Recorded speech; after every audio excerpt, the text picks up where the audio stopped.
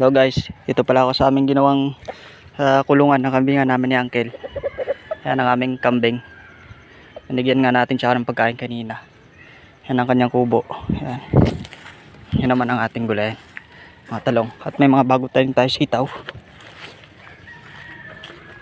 Kambing! Hi!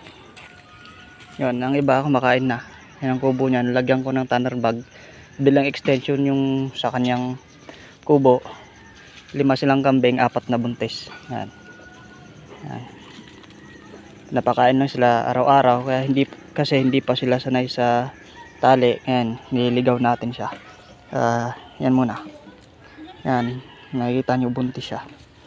Yan, buntis po yan. Tapos yung brown yan ang unang paanakin. Tapos yung turo namin puti yan, yung mabait na yan. At sa malapit lang dito, ayan ang aming talungan. Yan, at meron ding sili doon. Yan, aming sitaw naman, nagsisimula na. Yan. Maraming sitaw actually, yan, paikot doon hanggang pataas. Yan. May mga bagong tanim at merong nagsisimulang mamunga at merong namumunga na. Ganyan, ang green na pahaba. At meron itong violet naman. Tingnan mo, maganda ang kanyang bunga. Parang kahapon lang. Wala pa yan. Pero ngayong araw, meron na. Ang bilis. At tingnan mo naman ang bulaklak niya. 3 na agad. Ang galing.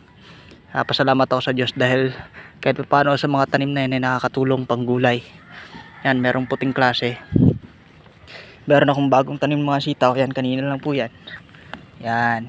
Yan, yung mga ganyan. May mga tukod na yan. Yan, kung makikita nyo, may mga tukod na yan. Yan, mga bagong tanim na sitaw. Yung mga nauna namang sitaw. Yan, sabi ko nga. Paikot yan. Pababa. Yan, at yung mga talungan na yan. Maliit lang pero nakakatulong sa araw-araw na gulayin. In 3 months time. Yung mga bagong tanim na yan na sitaw na yan. Ito pa nga. Yung bagong tanim na sitaw na ito. Ito naman ang i-harvest. Pwede rin pagbili para pagkakitaan ng pera. At yung kambing na yun in 2 months time. Siguro, manganganak na yung dalawa. At magiging double na ulit ng kanilang number. Kung makaanak ng 4, hindi magiging double na ang kanilang number na kambing. At kung yung dalawa ulit na susunod, na sabi nga ng may-ari, kasi yan paalaga lang sa akin rin yan yung tunay na may-ari niyan sa abroad, kapatid ng aking ninang, yan pinaalaga sa akin, salamat sa Diyos. At yan, pinagsusumikapan, pinag-iigihan ko, kasi pag pinagbuti ko yan at talagang pagkakatiwalaan palalo ako. Naniniwala ako sa nakasulat dun sa Matthew, sa Biblia, nang sabi kapag pinagkatiwalaan ka sa maliit na bagay, pag pinag-inam mo ang gawain mo kahit na maliit pa yan, pinagtagumpay mo, talagang pagkakatiwalaan ka sa malaking bagay. Kaya ang ginagawa natin, tuloy lang tayo sa buhay at hindi sumusuko. Actually daming problema dahil barating, pero hindi tayo matakot na naniniwala tayo na syempre kahit ano pa man kinabukasan, hinaharap na yan na problema, o kahit ngayon man ay talagang hindi yan makagiba sa ating pananalig at hindi tayo susuko, may Diyos tayo.